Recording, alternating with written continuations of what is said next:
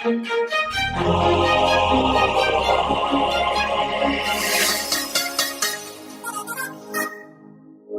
con Dustin Roasa de la Inclusive Development International. Dustin, nice to meet you. It's very nice to having you here in Mexico. Welcome to Mexico. Thank you. Thank you for having me. And welcome to our seminar, our yearly seminar. Thank you. Thank you very much. Dustin, I want to ask you about this initiative that you are in charge, Follow the Money. What can you tell us about it? Because this is a problem that we have in Mexico. In order to fight corruption, we want to know what are you doing in Follow the Money. Yeah, so we work primarily in Southeast Asia and West Africa, and we support people that are harmed by development projects and investment projects. I'm talking very large hydropower dams, large mines, and very often with these projects, thousands of people are displaced and their human rights are violated. And so we work with them and we support them, and we conduct investigations on the financial backers of these projects. So very often the people that are affected by these projects only see what's right in front of them. They might see the company coming in, or they might see local politicians or even police, soldiers that come to intimidate them. But they don't see the web of money around that stretches outside of their country, and it's often very invisible. So they get in touch with us and they ask for our assistance, and we use special tools and techniques to track the money, to find out who are the banks that are financing these projects, or who are the investors that are shareholders in the companies that are developing these projects, and who are the buyers of the commodities that are being produced. If it's a rubber plantation, who's buying the rubber and making tires out of it and selling it on to consumers. And the final objective is what? What do you deliver to the people? We try to get justice for them. So it depends on what they want. Some people want to stop a project before it happens. So they get in touch with us then. And then other people want compensation, or they want justice or redress, the things that they're owed under their national law. And so we try to get that for them. It's a very long process working with people that are affected by these projects. It can take years to get to a point where we think that they are getting what they deserve under their own laws. And so it's a very long process. During that process, we put pressure on investors, and we try to engage with them.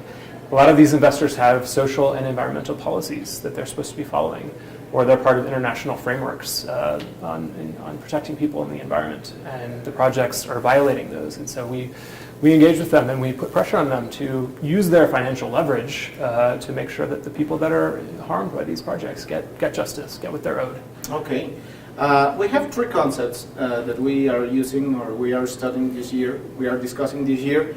One is power, the other is corruption, and the last one is impunity.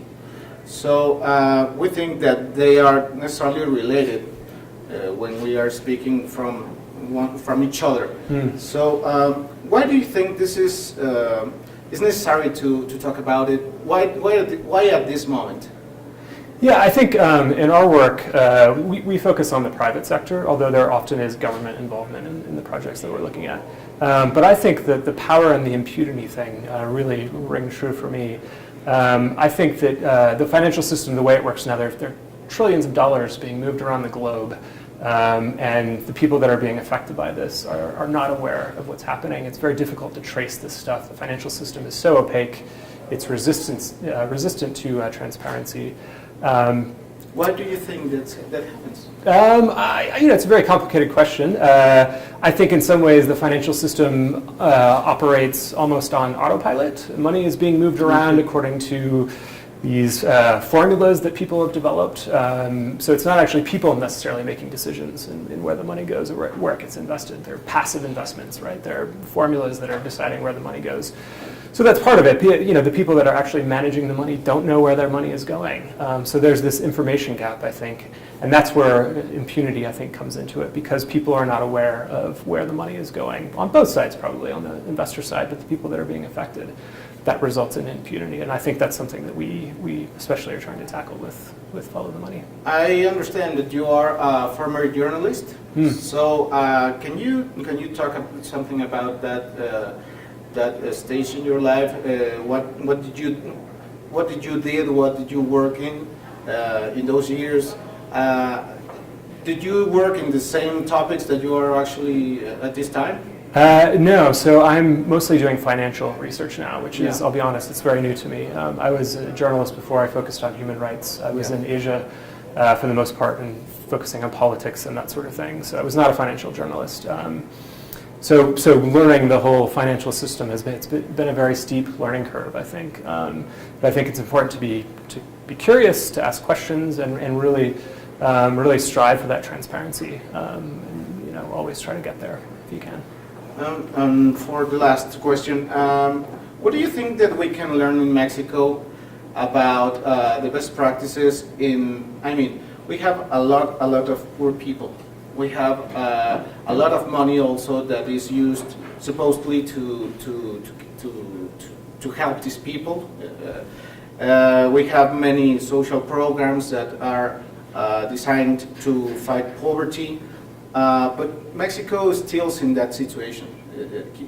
So I want to know, what do you think we have to do in Mexico? We can improve in Mexico in order to guarantee that the money that we have to use to help the people in a poverty situation, we can do it effectively. Yeah. I think knowledge is really powerful here, and that's one of the things that we really focus on, is trying to help people understand how the financial system works. It can be very complex, the way money is moving around, and some of the concepts are very difficult, even for us to understand.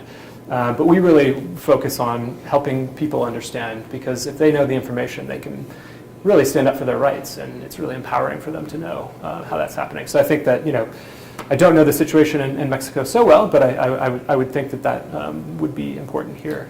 So if we want to empower our people, we have to see, or we have to concentrate on knowledge, right? I think so. Yeah. And we really believe in that. We've launched a website, followingthemoney.org, which kind of captures all of the tools that we use, and the idea is that anyone can kind of get on this website and try to learn some of the stuff that we're learning as well, and hopefully increase transparency that way. And how's the seminar for you so far? It's been fantastic. It's been really interesting. This is a part of the world that I don't have a lot of experience in, and corruption is also something relatively new to me. We encounter corruption in the cases that we work on, but it's not the focus. And it's interesting to see the kind of the overlaps between the sort of the human rights issues that we look at and corruption, and how they really kind of go hand in hand in a lot of cases. Thank you very much, Dustin. Thank you. It's very nice to have you here in Mexico and in the seminar. We hope you can be back very soon. Okay, thank you very much. Thank you very much. Es Dustin Roasa de Inclusive Development International. Yo soy Jesús Caudillo y nos vemos en la siguiente entrevista.